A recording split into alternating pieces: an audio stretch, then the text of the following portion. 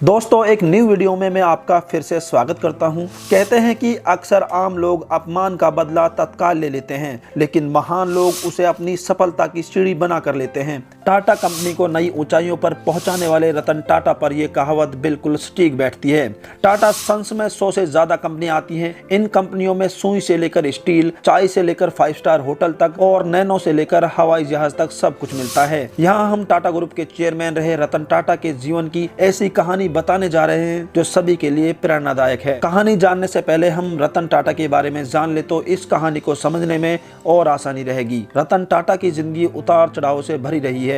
उनका जन्म 18 दिसंबर 1937 को हुआ था। वो टाटा समूह के संस्थापक जमशेदजी टाटा के पोते नवल टाटा के बेटे थे। रतन टाटा ने IBM की नौकरी ठुकराकर टाटा ग्रुप के साथ अपने कैरियर की शुरुआत साल 1961 में एक कर्मचारी के तौर पर की थी, लेकिन साल 1991 में आते आते वो टाटा ग्रुप के अध्यक्ष बन गए। साल 2012 में वो रिटायर हो गए। रतन टाटा ने अपने 21 साल के राज में कंपनी को शिखर तक पहुंचा दिया। कंपनी की वैल्यू 50 गुना तक बढ़ा दी। वो फैसले लेते गए और उन्हें सही साबित करते गए। दोस्तों साल था 1998 जब टाटा मोटर ने अपनी पहली पैसेंजर कार इंडिका बाजार में उतारी थी। दरअसल यह रतन टाटा का ड्रीम प्रोजेक्ट था। इसके लिए उन्होंने जी तोड़ मेहनत भी की थी, लेकिन इस कार को बाजार से उतना अच्छा रिस्पॉन्स नहीं मिल पाया जितना उन्होंने सोचा था। इस वजह से टाटा मोटर्स घाटे में जाने लगी। कंपनी से जुड़े लोगों ने घाटे को देखते हुए रतन टाटा को इसे बेचने का सुझाव दिया। न चाहते हुए भी रतन टाटा को इस फैसले को स्वीकार करना पड़ा। इसके बाद वो अपनी कंपनी बेचने के लिए अमेरिका की कंपनी फोर्ड के पास गए। रतन टाटा और फोर्ड कंपनी के मालिक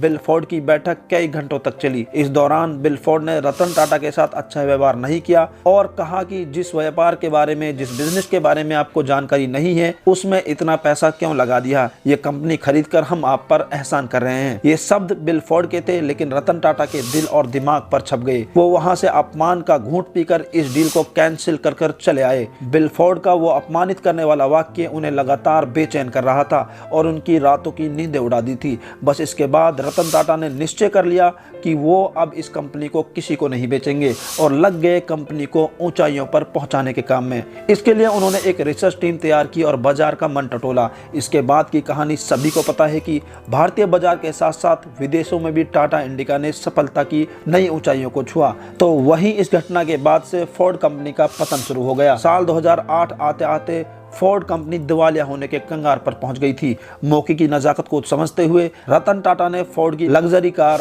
लैंड रोवर और जगुआर बनाने वाली कंपनी JLR को खरीदने का प्रस्ताव रखा, जिसको फोर्ड ने स्वीकार भी कर लिया। इसके बाद मीटिंग के लिए फोर्ड के अधिकारी भारत आए और बॉम्बे हाउस में मीटिंग फिक्स हुई। इसके बाद ये सौदा लगभग 2.3 अरब डॉलर में हुआ। तब बिल फोर्ड ने रतन टाटा से वही बात दोहराई जो उन्होंने रतन टाटा से कही थी, लेकिन इस बार थोड़ा बदलाव था। इस बार बिल फोर्ड के शब्द थे, आप हमारी कंपनी खरीदकर हम पर बहुत बड़ा एहसान कर रहे हैं। आज JLR टाटा ग्रुप का हिस्सा है और बाजार में बेहतर मुनाफे के साथ आगे बढ़ रहा है।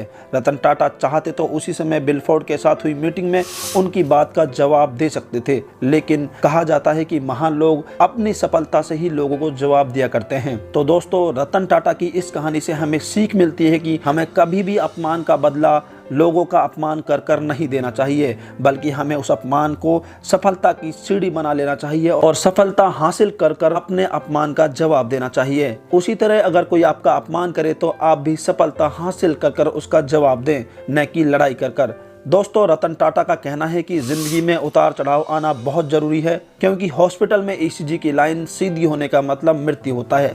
तो दोस्तों ये मोटिवेशनल स्टोरी रतन टाटा की आपको कैसी लगी हमें कमेंट सेक्शन में जरूर बताइए। इसी तरह की मोटिवेशनल स्टोरीज के लिए आप हमारे चैनल को सब्सक्राइब जरूर कर लीजिए। तो मिलते हैं साथियों इसी तरह की एक न्यू इंटरेस्टिंग वीडियो के साथ। तब तक के लिए आप अपना ख्याल रखिए। जय हिंद, जय भारत दोस्तों।